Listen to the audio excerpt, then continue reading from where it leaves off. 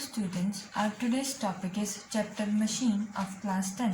Students generally find problem with this chapter. So today we will discuss this. So let's begin it. So what is machine? Machine क्या है? Machine कोई भी एक device जो हमारा काम आसान करता है. मशीन क्या है? डिवाइस है which make our work easy. जो हमारा काम आसान कर दे वो एक मशीन है. इसके हम एग्जांपल जैसे मान लीजिए हम लेते हैं एक नट क्रैकर ले लीजिए. आप पहली एग्जांपल जैसे मान लीजिए कि आप समझ रहे हैं इसको कि आप नट क्रैकर ले लीजिए. ठीक है, नट को क्रैक करना है आपने.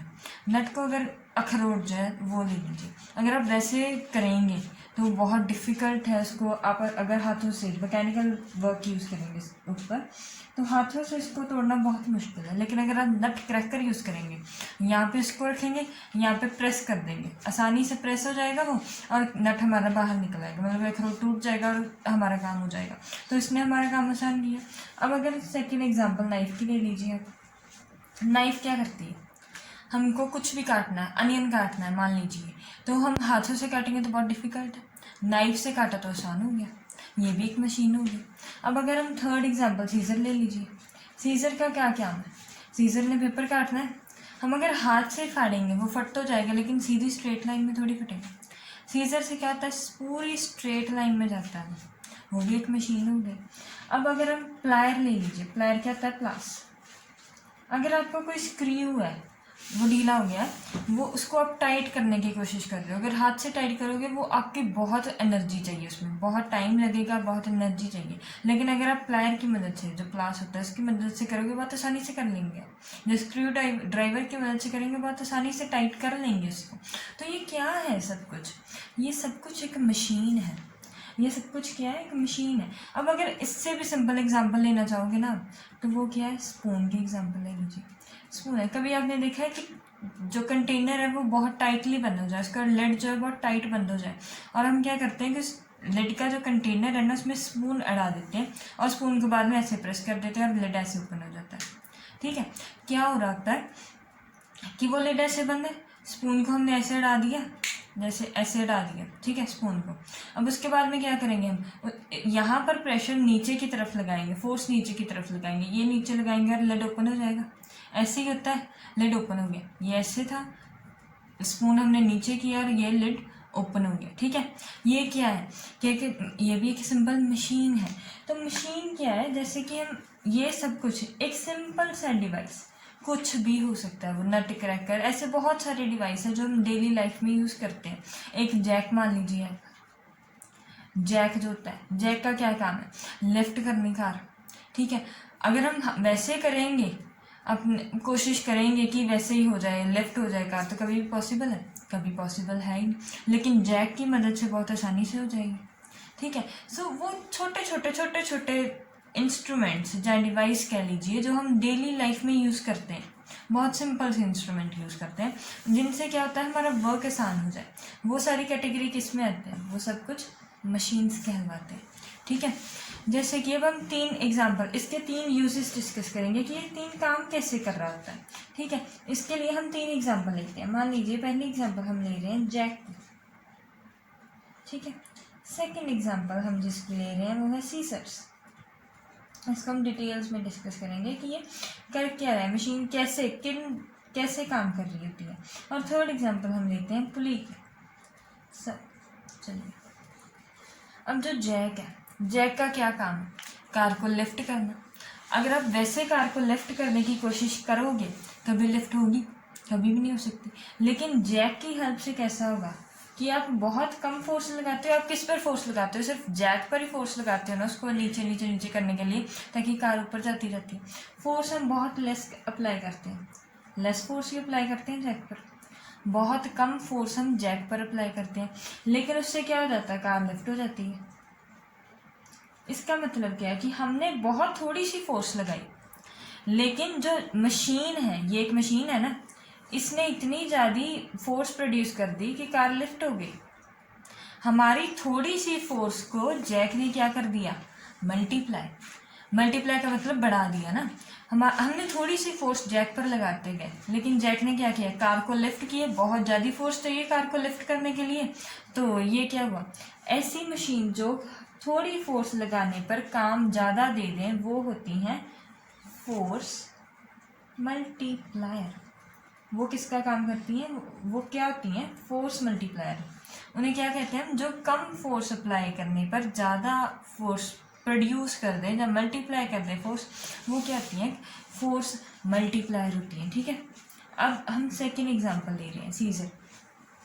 चलो, सीजर में क्या होता है, आपको पेपर फाड़ना है। पेपर फाड़ने में आपकी बहुत ताकत यूज़ होती है, आपकी फोर्स बहुत ज़्यादा लगती है, नहीं लगती। पेपर बहुत आसानी से हम टीयर कर लेते हैं, लेकिन पेपर को स्ट्रेट काटना होगा, बिल्कुल स्ट्रेट काटना है पेपर को, तो तब क्या होगा, हम आसानी से कर पाएंगे कभी भी ये काम? कभी भी नहीं कर सकते। क्यों नहीं कर सकते? क्योंकि हम बहुत टाइम लगाएंगे, स्केल्स की मदद से करेंगे या किसी और चीज़ की मदद से हम बहुत टाइम लगाएंगे, उसको धीरे धीरे धीरे धीरे धीरे धीरे टीयर करेंगे कि वो स्ट्रेट लाइन में। लेकिन सीजर से क्या होता है, सीजर से क्या होता है कि बहुत आसानी से वही जो पेज है हमने बस ऐसे ऐसे ऐसे ऐसे ऐसे किया, वो कट हो गया, बिल्कुल स्ट्रेट लाइन में कट हो गया। तो ये इसने क्या काम किया, हमें एनर्जी तो नहीं ना ज़्यादा यूज़ करनी पे, पेपर काटने में कितनी की एनर्जी यूज़ होती है, इसने हमारी फोर्स को कुछ भी नहीं किया, लेकिन हमारी जो स्पीड थी ना उसे बहुत बढ़ा दिया। वैसे अगर हम पेपर काटते सीधा कभी भी नहीं, इतने जल्दी पॉसिबल ही नहीं है, लेकिन सीजर की हेल्प से बहुत आसानी से हो सकता है। तो इसने क्या किया, हमारा स्पीड को गेन किया, गेन इन स्पीड था। तो ये किसका काम करेगी, स्पीड मल्टीप्लायर का। ये किसका काम करेगी, स्पीड मल्टीप्लायर का। फोर्स तो हमें इतनी अब चाहिए ही नहीं थी, फोर्स तो थोड़ी सी हम काट सकते हैं, पेपर को टीयर कर सकते हैं, लेकिन अभी हम स्पीड चाहिए थी ताकि वो स्ट्रेट काट सके। ठीक है, पहला काम जो मशीन है वो कैसे करती है, एक फोर्स मल्टीप्लायर की तरह करती है या स्पीड मल्टीप्लायर की तरह करती है। और अगर हम थर्ड एग्जांपल डिस्कस करते हैं पुली की। पुली में क्या हो रहा है, जैसे आप मान लीजिए कि आपको एक बकेट है, वो निकालनी है वेल से। पहले आप कैसे उसको ऐसे ऐसे खींचने की कोशिश करोगे ऊपर के ऊपर, जैसे अभी हम यहाँ पे समझाती हूँ मैं आपको। ये देखिए, ये वेल है, इसमें बकेट है। ठीक है, अगर पुली वगैरह कुछ भी ना हो, ये बकेट है भी, इसको आप ऐसे ही खींचने की ऊपर कोशिश करोगे, तो अब इससे क्या होगा, आपको फोर्स बहुत ज़्यादा चाहिए, फोर्स 1 मान लीजिए इसको। अगर आप सीधा किसी भी चीज़ को ऊपर की तरफ खींच रहे हो तो उसके लिए फोर्स बहुत ज़्यादा चाहिए आपको। ठीक है, क्योंकि ग्रेविटी तो नीचे लग रही है ना, जी नीचे है, ग्रेविटी नीचे लग रही है, आपको उसको ऊपर करना है, और ग्रेविटी अगेंस्ट काम करोगे तो फोर्स तो ज़्यादा लगेगी ही लगेगी। अब हम सेकंड केस ले लेते हैं, जैसे ये मान लीजिए ये पुली है, बकेट आ गई, ये आप, अब इस केस में क्या होगा, ये बकेट है, आप फोर्स यहाँ से अप्लाई करते हैं, ऐसे ही होता है वेल में, यहाँ से हम नीचे की तरफ फोर्स अप्लाई करते हैं F2। मान लीजिए इसका नाम हमने F2 दे दिया, हम क्या करते हैं, इसको नीचे की तरफ खींचते हैं, ऐसे पकड़कर नीचे खींचते हैं, ऐसे ही करते हैं ना। तो अब क्या होगा, इसको नीचे करेंगे, ये बकेट अपने आप ऊपर आती जाएगी, बकेट अपने आप ऊपर जाएगी जब हम फोर्स नीचे लगाना शुरू करेंगे। इससे क्या हो रहा है, इसमें ये हो रहा है कि बकेट को ऊपर करने के लिए हम भी ऊपर फोर्स लगा रहे हैं, लेकिन सेकंड केस में क्या हो रहा है, बकेट ऊपर आ रही है, हम नीचे फोर्स अप्लाई कर रहे हैं, और ग्रेविटी तो दोनों केस में लग रही है ना नीचे की तरफ, और ग्रेविटी की डायरेक्शन में अगर हम काम करते हैं तो वो आसान होता है, अगर ग्रेविटी के अपोजिट काम करते हैं तो वो डिफिकल्ट होता है। सो एक पुली का क्या काम है, उसने डायरेक्शन चेंज किया। पुली के केस में यही हो रहा है ना कि उसने डायरेक्शन, सिर्फ एक डायरेक्शन चेंज कर दिया, कि एक बार ऊपर लगा रहे हैं वो डिफिकल्ट हो रहा है काम, हमने एक मशीन लगा दी, सिंपल पुली लगा दिया, उससे हम फोर्स की डायरेक्शन, पहले ऊपर जा रही थी फोर्स, अब हम नीचे लगा रहे हैं फोर्स, डायरेक्शन चेंज कर दी और हमारा काम आसान हो गया। सो पुली के केस में क्या करती है मशीन, पुली का कैसा काम करता है, change in direction. So machine 3 तरह से काम करती है, जहाँ उसके फंक्शन 3 तरीके से हो सकते हैं एक मशीन के। पहला काम है इसका वो फोर्स मल्टीप्लायर की तरह काम कर सकती है कि हमारी थोड़ी सी फोर्स को बहुत ज़्यादा मल्टीप्लाई कर सकती है। सेकंड काम कर सकती है वो स्पीड मल्टीप्लायर। जैसे स्पीड मल्टीप्लायर क्या होता है कि हमने बहुत ज़्यादा स्पीड से वो काम कर लेते हैं, अगर हम वैसे काम करेंगे तो बहुत स्लो होगा, लेकिन स्पीड मल्टीप्लाई इसकी मशीन की वजह से वो बहुत आसानी से हो जाएगा। और तीसरा है कि वो डायरेक्शन में चेंज कर सकती है। ठीक है, अब एक मशीन ने हमें क्या क्या दिया है। मशीन है जो पहला उसने किया फोर्स मल्टीप्लायर, सेकंड उसने किया स्पीड, थर्ड उसने किया डायरेक्शन चेंज। ये 3 काम किए इसने। अब हम इससे उसकी डेफिनेशन तैयार करते हैं। तो उसकी डेफिनेशन क्या होगी? मशीन इज अ डिवाइस, ये एक डिवाइस है by which we can either overcome, पहला काम क्या करेंगे फोर्स मल्टीप्लायर का, either overcome a large opposing force, large opposing force किसी डायरेक्शन में, किसी पॉइंट पे अप्लाई करेंगे। जैसे पुली में किसी पॉइंट पर ही अप्लाई कर रहे हैं ना, at some point in some convenient, किसी प्रॉपर डायरेक्शन में, convenient direction to overcome load. ये तुमने लिख दिया। डायरेक्शन किसी पर्टिकुलर डायरेक्शन पर ही अप्लाई करें हम उसे, और किसी पर्टिकुलर पॉइंट पे ही अप्लाई करें ताकि वो लार्ज रेजिस्टिव फोर्स को अपोज कर दे, या और by which we can obtain gain in speed, जहाँ हम किसी इस मशीन से, जहाँ उस डिवाइस से हम स्पीड गेन कर लें। इसकी डेफिनेशन क्या है कि लार्ज रेजिस्टिव फोर्स, जहाँ अपोजिट फोर्स है जो उसको ओवरकम करना है, किसी पॉइंट पर, पर्टिकुलर पॉइंट पे फोर्स अप्लाई कीजिए और कन्वीनियंट डायरेक्शन में कीजिए। उससे हम कर सकते हैं ये सारी डायरेक्शन। ये पॉइंट किसका है? फोर्स मल्टीप्लायर और चेंज इन डायरेक्शन का। और सेकेंड पॉइंट क्या है? By which we can obtain gain in speed, और ये सेकेंड इसका। तो इसका मतलब मशीन के सिर्फ 3 ही काम है, multiplier, force multiplier, speed multiplier, change, direction change. उसी से हमने उसकी साइंटिफिक डेफिनेशन तैयार कर ली। साइंटिफिक डेफिनेशन क्या है? अ machine is a device by which we can either overcome a large resistive force at some point by applying a small force. Large resistive force को कैसे करना है? By applying small force. ये हमने वैसे discuss कर दिया, लिख नहीं पाएंगे। अपोजिट लार्ज फोर्स, अपोजिट है जो लोड है, ठीक है, वो हम बाद में डिस्कस करते हैं। ओवरकम करना है लार्ज रेजिस्टिव फोर्स को, कैसे? छोटी सी, थोड़ी सी फोर्स अप्लाई करके किसी पॉइंट पे, किसी कन्वीनियंट डायरेक्शन में। एक पॉइंट ये है उसका, और सेकंड पॉइंट ये है कि उस गेन इन स्पीड अटेन करना है, स्पीड बहुत ज़्यादा बढ़ानी है उससे। अब हमें इस चैप्टर को डिटेल में स्टडी करने के लिए ना कुछ टर्म्स चाहिए। कुछ टर्म्स को हम पहले डिस्कस कर लेते हैं ताकि हमको बाकी आगे चैप्टर में हेल्प हो जाएगी। सो पहली टर्म जो है, technical term, first is load.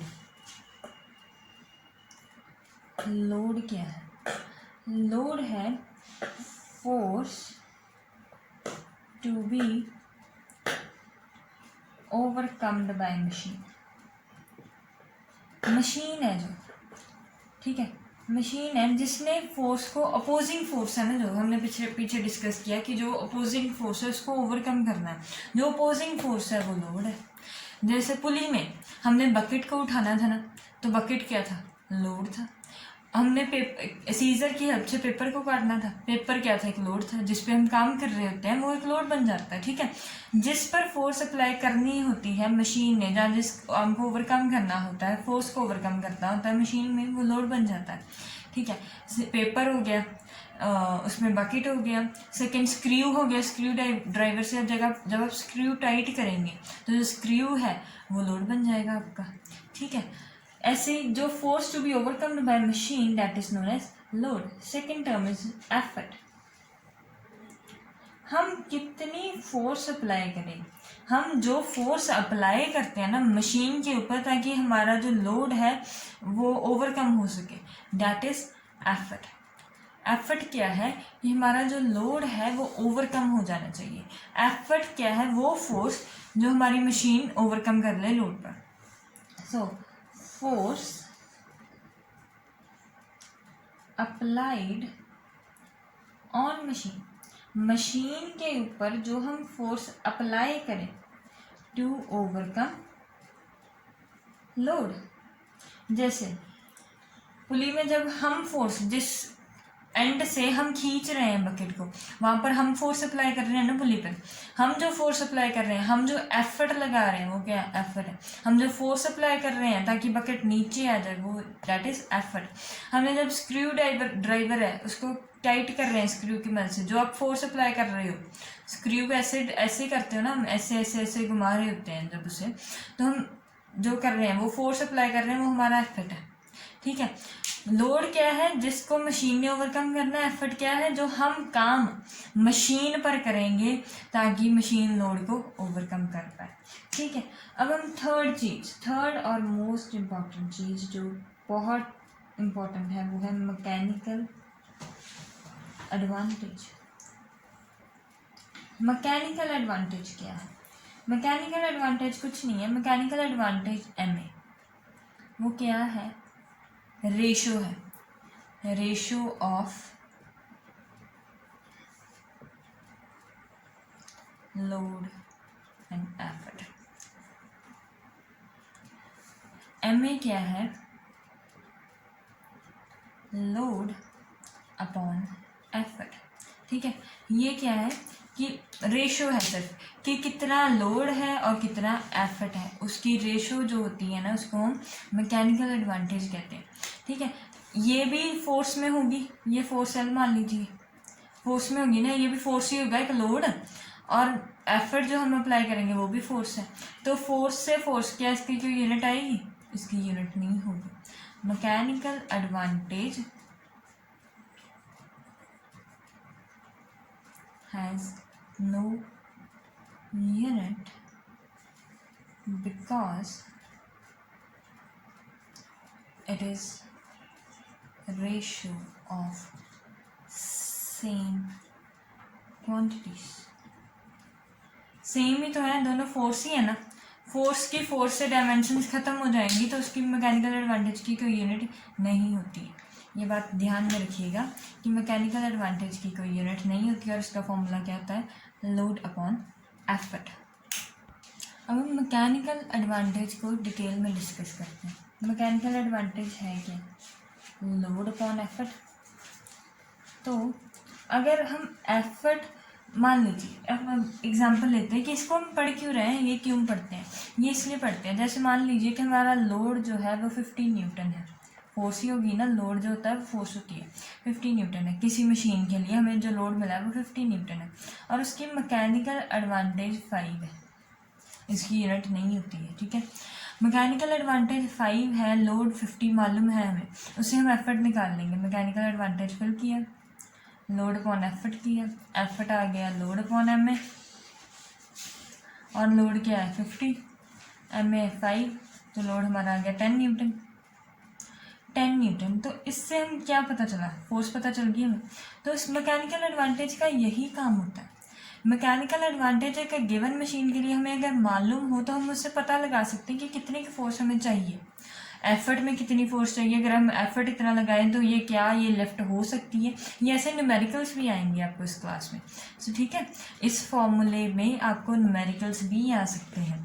तो इसका काम क्या होता है, काम होता है इसका कि हमको फोर्स डिसाइड करता है, ये फोर्स कितनी हम अप्लाई करें तो क्या होगा, ये फोर्स डिस्क्राइब करता है कि कैसा उसका नेचर है, कितनी होनी चाहिए कितनी नहीं होनी चाहिए, ठीक है।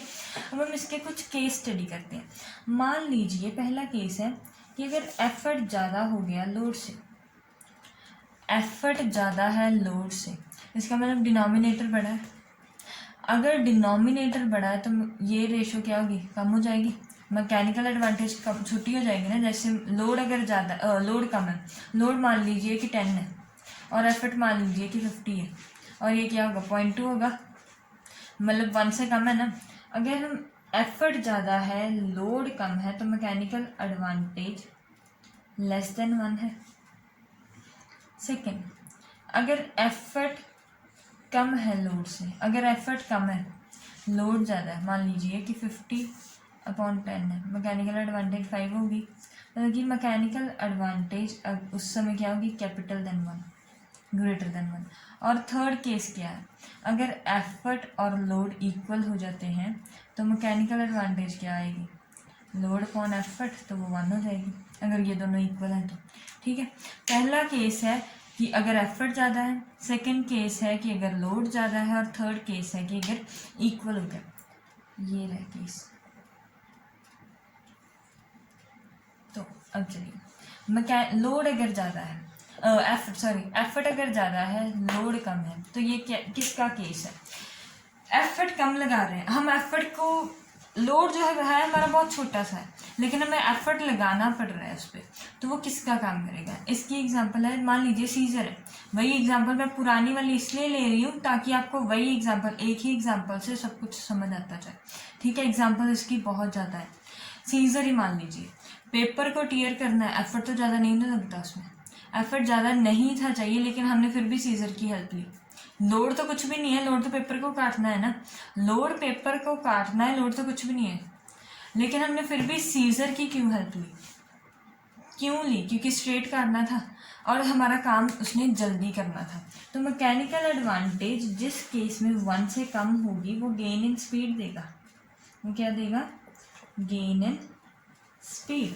जैसे लोड हमारा सिर्फ पेपर को काटना था, लोड हमारा बहुत कम है, लेकिन एफर्ट हमने कितना लिया, एक कैंची से काट रहे हैं उसे।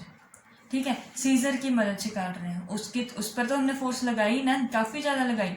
अगर हम सीजर से एफर्ट ज़्यादा है लोड कम है तो उसका मतलब क्या है, गेन इन स्पीड किया, हमने सीजर की हेल्प ली ना इससे। इसकी एग्जाम्पल आप याद रखिए कि हमने सीजर की ली है। सीजर से क्या हो रहा है कि गेन इन स्पीड आ रहा है। स्पीड क्या है, लोड पेपर कम है, एफर्ट हमने सीजर की मदद से, एफर्ट ज़्यादा है और इससे क्या हुआ, हमारा काम जल्दी हो गया, स्पीड जारी होगी। तो वो क्या है कि जिसकी, ये हमने केस याद रखना है कि जिसकी मैकेनिकल एडवांटेज लेस देन 1 होगी वो किसका काम करेगा, स्पीड मल्टीप्लायर का काम करेगा। वो किसका काम करेगा, स्पीड मल्टीप्लायर का। और अब सेकंड केस है, एफर्ट कम है लोड बहुत ज़्यादा है। जैसे स्पून, एक पहले एग्जांपल नट क्रैकर की ले लीजिए, जो हमने पहले डिस्कस की है वही एग्जांपल्स हम ले रहे हैं। नट क्रैकर की एग्जांपल आप लीजिए। नट क्रैकर में क्या है, नट को क्रैक करना है। अगर आप हाथ से नट को क्रैक करने की कोशिश कीजिए, कभी भी नहीं होगा। अखरोट को हाथ से तोड़ने की कोशिश कीजिए, कभी टूट पाएगा, बहुत ज़्यादा फोर्स लगेगी, लोड बहुत बड़ा है हमारा। एफर्ट जो लोड है वो अखरोट है ना, वो हमारा बहुत बड़ा है, वो नहीं कर सकते हैं। अब लेकिन हमने क्या किया कि हमने उसको नट क्रैकर की हेल्प से तोड़ा और हमारा एफर्ट कम लग गया। लोड हमारा बहुत बड़ा था, एफर्ट हमने कम अप्लाई किया, बहुत थोड़ा सा बस उसको ऐसे प्रेस ही किया तो वो टूट गया। ऐसे ही होता है ना। तो मैकेनिकल एडवांटेज इस केस में ग्रेटर देन 1 होती है ना। लोड हमारा ज़्यादा था, एफर्ट हमने कम अप्लाई किया, तो इसका मतलब क्या है कि ये फोर्स मल्टीप्लायर का काम किया इसने, ये फोर्स मल्टीप्लायर बन गया ना। इसकी जैसे हम सेकेंड एग्जांपल डिस्कस कर लेते हैं, जैक। जैक में भी क्या है, लोड हमारा बहुत बड़ा है। लोड क्या है, कार को लिफ्ट करना है, और एफर्ट हम कितना अप्लाई कर रहे हैं, एफर्ट तो हम सिर्फ मशीन पर ही अप्लाई कर रहे हैं ना, सिर्फ जैक को ऐसे ऐसे नीचे नीचे नीचे नीचे कर रहे हैं और कार को वो लिफ्ट कर रहा है। जो एफर्ट हम अप्लाई कर रहे हैं मशीन पर, जो फोर्स हम अप्लाई कर रहे हैं वो एफर्ट होती है ना। जो एफर्ट हम अप्लाई कर रहे हैं मशीन पर वो बहुत कम है, लेकिन जो काम मशीन कर रही है वो बहुत ज़्यादा है। तो इसका काम क्या है कि ये फोर्स मल्टीप्लायर की तरह काम करेगा। जिसकी मैकेनिकल एडवांटेज ग्रेटर देन 1 होगी वो फोर्स मल्टीप्लायर की तरह ही काम करेगा। इसकी थर्ड एग्जांपल भी आप ले लीजिए, स्पून। स्पून क्या है, कुछ भी नहीं है। स्पून तो एक सिंपल सी रॉड है ना, उस पर क्या है, लेकिन स्पून की मदद से हम अगर लिड ओपन करते हैं किसी कंटेनर की, तो हम कितना थोड़ा सा प्रेशर अप्लाई कर, थोड़ी सी फोर्स अप्लाई करते हैं, वो लिड ओपन हो जाती है। सो ये केसेस किसके आते हैं, फोर्स मल्टीप्लायर के, और इसमें क्या होता है, लोड ज़्यादा है एफर्ट कम है, लोड ज़्यादा है एफर्ट कम है, मैकेनिकल एडवांटेज ग्रेटर देन 1 है, और अगर मैकेनिकल एडवांटेज ग्रेटर देन 1 है तो वो फोर्स मल्टीप्लायर का काम करेगा। और इस बात को हम याद रखेंगे किसकी एग्जांपल से, जैक और स्पून की एग्जांपल से। ठीक है, अब हम अगला केस है हमारा, अगर एफर्ट लोड के इक्वल हो जाए। एफर्ट अगर लोड के इक्वल है तो ये इक्वल हो गया, रेशो क्या गई 1। तो इसका काम क्या है, ये ना फोर्स मल्टीप्लायर की तरह काम करेगा ना स्पीड मल्टीप्लायर की तरह काम करेगा, ये सिर्फ क्या देगा हमारे, चेंज इन डायरेक्शन, ये सिर्फ चेंज इन डायरेक्शन देगा, ये हमारी सिर्फ और सिर्फ डायरेक्शन बदलेगा। सो फिर से हम डिस्कस कर लें, एफर्ट ज़्यादा है, मैकेनिकल एडवांटेज लेस देन 1 होगी, और वो किसका काम करेगी, स्पीड मल्टीप्लायर का। एफर्ट कम है, मैकेनिकल एडवांटेज ग्रेटर देन 1 हो गया, और वो फोर्स मल्टीप्लायर का काम करेंगे। अगर ये दोनों इक्वल हो गए तो वो सिर्फ किसका काम करेगी, चेंज इन डायरेक्शन का काम देगी। अब हमारी जो नेक्स्ट टर्म है, फोर्थ टर्म है, वो है वेलोसिटी रेशो। वेलोसिटी रेशो क्या होती है, वेलोसिटी रेशो है velocity of effort upon velocity of load की जो ratio, velocity of effort over velocity of load जो है वो वेलोसिटी रेशो होती है। ठीक है, अब इसको कैसे हम कर सकते हैं, वेलोसिटी क्या होती है, वेलोसिटी का फॉर्मूला क्या होता है, displacement upon time, displacement upon time ही होता है ना इसका फॉर्मूला।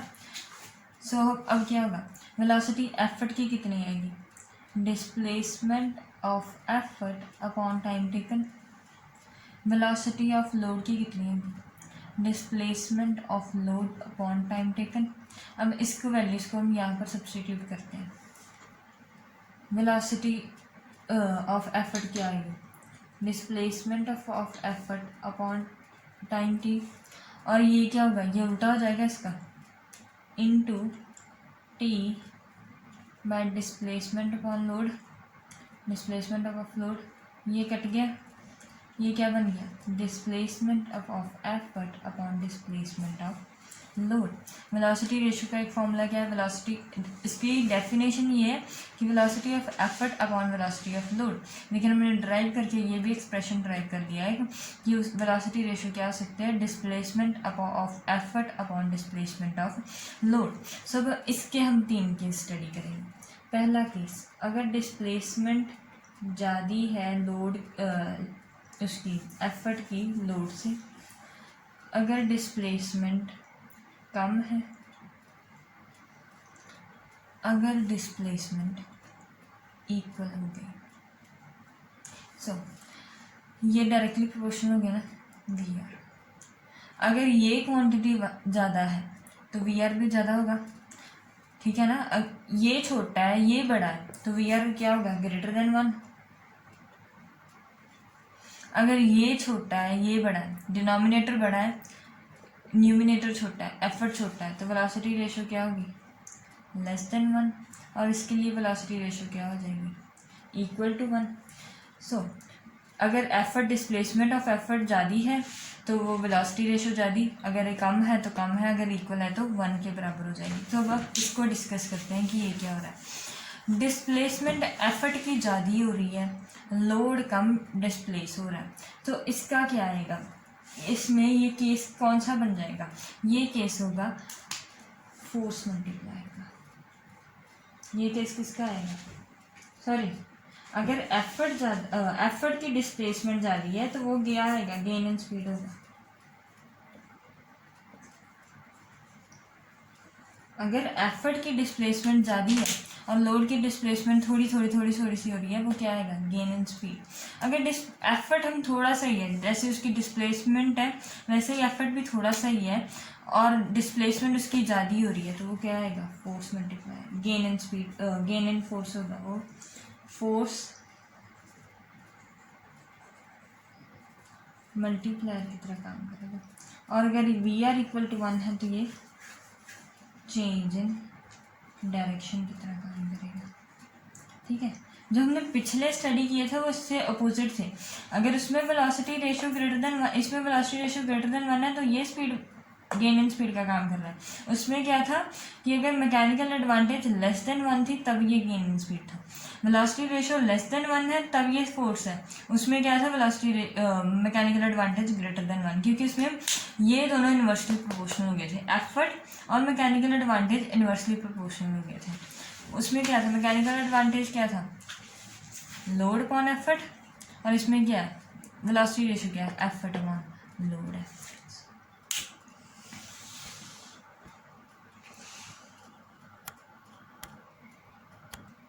अब हमारे जो नेक्स्ट टर्म है वो क्या है, वर्क इनपुट। वर्क इनपुट क्या होता है, work done on machine bye effort. जितना एफर्ट जो है मशीन पर वर्क करता है वो क्या हो जाता है, वर्क इनपुट। उसी के अपोजिट क्या होता है, वर्क आउटपुट। वर्क आउटपुट क्या होता है, work done on load by machine. जो मशीन है वो लोड पर कितना काम करती है, that is known as work output. जो एफर्ट मशीन पे काम करता है वो वर्क इनपुट है, वो इनपुट अंदर जाएगा, और जो मशीन है वो लोड पर हमें जो मिलता है output, that is work output, जो मशीन लोड पर काम करती है। तो इससे नेक्स्ट टर्म आती है एफिशिएंसी। एफिशिएंसी क्या बताती है, हमारी एफिशिएंसी कितनी है। एफिशिएंसी होती क्या है, एफिशिएंसी होती है कि वो मशीन जो है, जो कोई कुछ भी है, वो कितना एफिशिएंट है, वो कितना परफेक्ट है। एफिशिएंसी को हम डिनोट करते हैं इससे, ये क्या होता है, ईटा। एफिशिएंसी क्या होगी, एफिशिएंसी क्या है, जैसे किसी भी मशीन की एफिशिएंसी हम कैसे निकालेंगे, एफिशिएंसी है क्या कि वो कितनी सही तरीके से काम कर रही है। अगर उसका लोड ज़्यादा हो रहा है, अगर वो मशीन है जो वर्क हमें आउटपुट ज़्यादा दे रही है और हम ले कम रही है, तो एफिशिएंसी ज़्यादा हो जाएगी ना।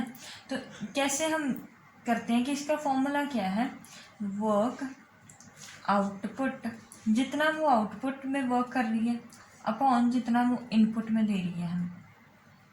एफिशिएंसी का फॉर्मूला क्या है कि जो वर्क आउटपुट मिल रहा है हमें, जो वर्क इनपुट मिल रहा है, वो मशीन की एफिशिएंसी बताएगा हमें, उसकी जो रेशियो होगी।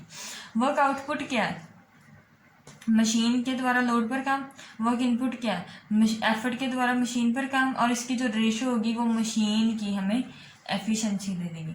सो इसको आगे हम कैसे करेंगे कि ये एक तो ये फॉर्मूला है कि एफिशिएंसी सीधी इससे डायरेक्ट आ जाती है, और एक होता है कि इसको 100%, इसको 100 से मल्टीप्लाई करते हैं। अगर हम 100 से कर देंगे तो वो परसेंट आ जाएगा, कितनी परसेंट इसकी एफिशिएंसी है। ये दोनों फॉर्मूले एफिशिएंसी के बिल्कुल करेक्ट हैं। वर्क क्या है, work output upon work input. जब वर्क लोड पर कितना हुआ वर्क, इसको हम ऐसे भी लिख सकते हैं, कितना लोड वर्क लोड पर हुआ अपॉन जितना लोड वर्क एफर्ट पर हुआ, वो क्या बताता है हमें, एफिशिएंसी। और एफिशिएंसी के भी नो यूनिट, इसका भी कोई यूनिट नहीं होता, क्योंकि वर्क और वर्क की रेशियो है, और सेम डायमेंशंस की जो रेशियो होती है उसकी यूनिट कोई नहीं होती, इसकी भी कोई यूनिट नहीं होती है। ये हम इसको डायरेक्ट भी कर सकते हैं और परसेंटाइल की फॉर्म में भी हम इसको शो कर सकते हैं। जब भी क्या होता है कि हम एनर्जी सप्लाई करते हैं मशीन को, कि एफर्ट हम अप्लाई करते हैं मशीन को, जब हम उस पर मशीन पर कोई वर्क करते हैं, एनर्जी सप्लाई होती है मशीन को, और वही जो मशीन है लोड को ओवरकम करने के लिए उस पर कोई वर्क करती है। पहले हमने, ये मशीन है, एफर्ट ने इस पर कोई वर्क किया मशीन पर, और जो मशीन है उसने लोड पर कोई वर्क किया, ठीक है। पहले वो एफर्ट जो है उसने एनर्जी दी ना, ये वर्क इनपुट हो गया ना, और ये वर्क आउटपुट था, ऐसा ही था। और अगर हम इसको इस तरह से समझ ले कि एफर्ट ने मशीन पर एनर्जी दी, इनपुट एनर्जी दी, और मशीन ने उसी एनर्जी की वजह से वर्क आउटपुट किया था, वर्क किया था, और ये क्या होगी, जो उसकी फॉर्म बाहर उसने जो काम किया उस पर, उसको हम लिख सकते हैं कि वो आउटपुट एनर्जी थी, उसको हम आउटपुट एनर्जी लिख सकते हैं ना। पहले एफर्ट ने मशीन पर एनर्जी दी, एफर्ट ने मशीन को एनर्जी सप्लाई की, और बाद में मशीन ने किया कि उस पर वर्क किया, तो वो क्या हो गया, आउटपुट एनर्जी। और law of conservation of energy क्या कहता है, law of conservation of energy क्या कहता है कि एनर्जी हमेशा कांस्टेंट रहती है, वो कभी भी कम या ज़्यादा नहीं हो सकती, हमेशा फिक्स्ड है उसकी वैल्यू, और वो क्या है कि एक फॉर्म से दूसरी फॉर्म तक जा रही है। तो इसका क्या है कि इससे हम ड्राइव कर सकते हैं कि जो इनपुट एनर्जी हुई है, जो इनपुट एनर्जी एफर्ट ने मशीन को दी है, वही आउटपुट एनर्जी है। इनपुट एनर्जी और आउटपुट एनर्जी सेम है। अगर ये सेम ना हो तो लॉ ऑफ कंजर्वेशन वायलेशन होती है, इसकी वायलेशन होती है, और ये हो ही नहीं सकता क्योंकि लॉ ऑफ कंजर्वेशन तो है ही, बेसिक टर्म है, ये तो कभी वायलेट हो ही नहीं सकता ना, ये तो फंडामेंटल लॉ है हमारा फिजिक्स का। So input energy is equal to output energy, और यही क्या है कि प्रिंसिपल है मशीन का। मशीन किसके ऊपर काम करती है? Input energy is equals to output energy पर। सो ये था हमारा प्रिंसिपल ऑफ मशीन का टॉपिक। ये तो हमने पढ़ लिया कि आउटपुट एनर्जी इनपुट एनर्जी के बराबर होगी, और ये प्रिंसिपल हो गया मशीन का। पर कभी आपने ऐसा प्रैक्टिकल में देखा है? ऐसा प्रैक्टिकल लाइफ में कभी भी नहीं होता। ये तो एक आइडियल केस में होता है। आइडियल जो मशीन होगी, जो परफेक्ट मशीन होगी, आइडियल मीन्स परफेक्ट मशीन होगी, उसी में ऐसा होगा कि आउटपुट एनर्जी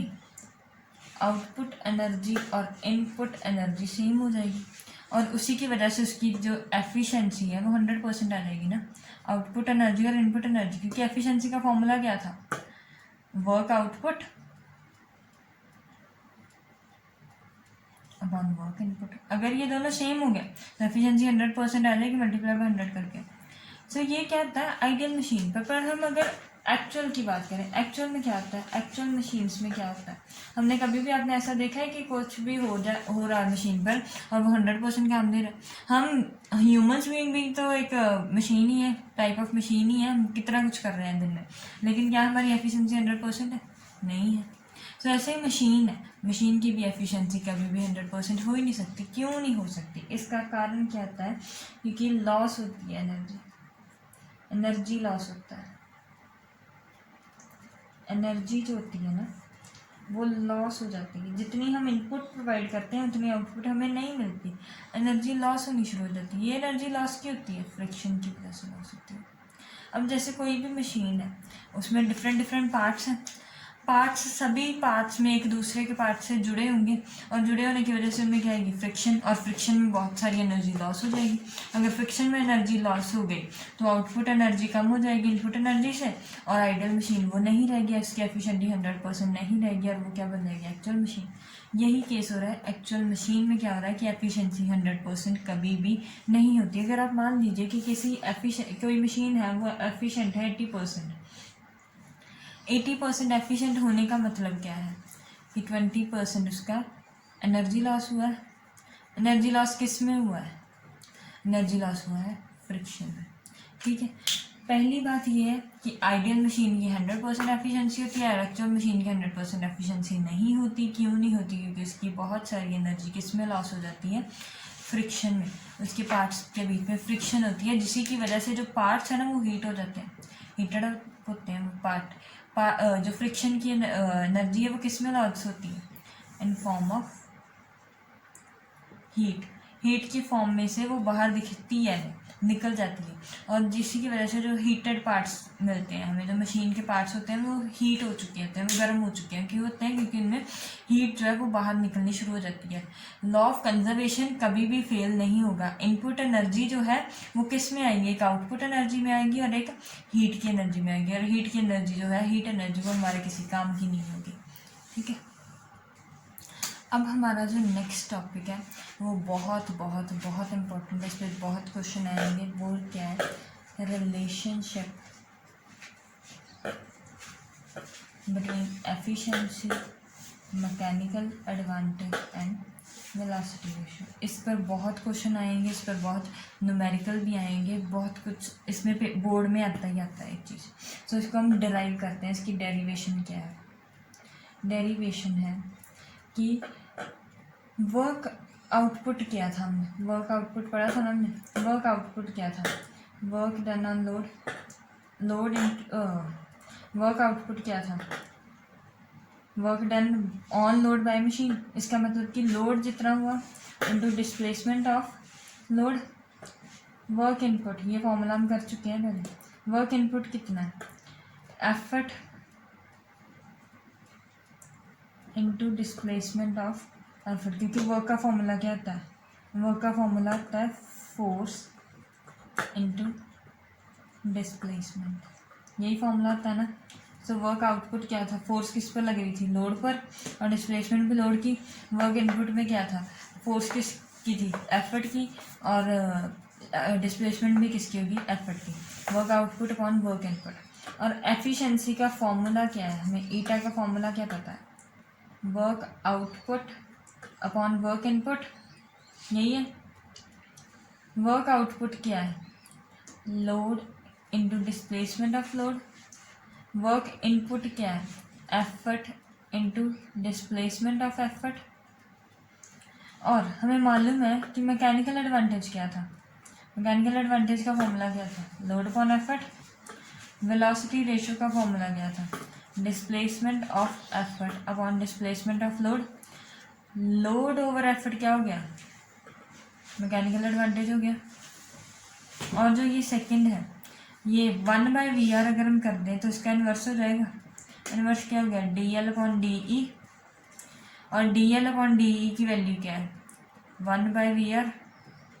और तो हमारा एक्सप्रेशन क्या डिराइव हुआ कि efficiency is equals to mechanical advantage by velocity ratio, जहाँ हम कह सकते हैं कि mechanical advantage is equals to eta into VR। ये एक्सप्रेशन हमारा ड्राइव होगा। ये एक्सप्रेशन बहुत इंपॉर्टेंट है, इस पर बहुत क्वेश्चन आते ही आते हैं।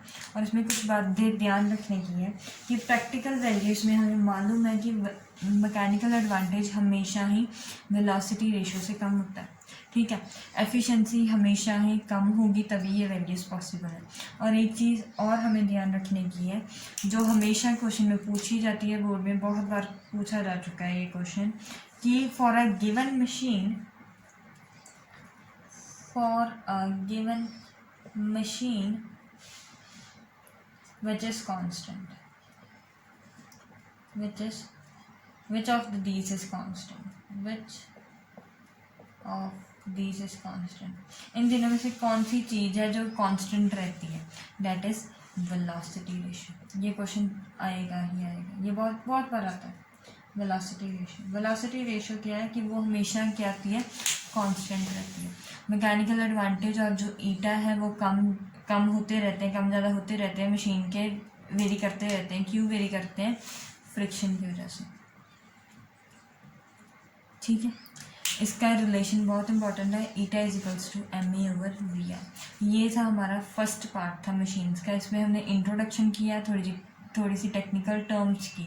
अब इसके हमने नेक्स्ट पार्ट में, इस चैप्टर के नेक्स्ट पार्ट डिस्कस करेंगे, जैसे कि लेवर्स डिस्कस करेंगे अगले पार्ट में, और सिंपल पुली डिस्कस करेंगे। So thank you for watching this.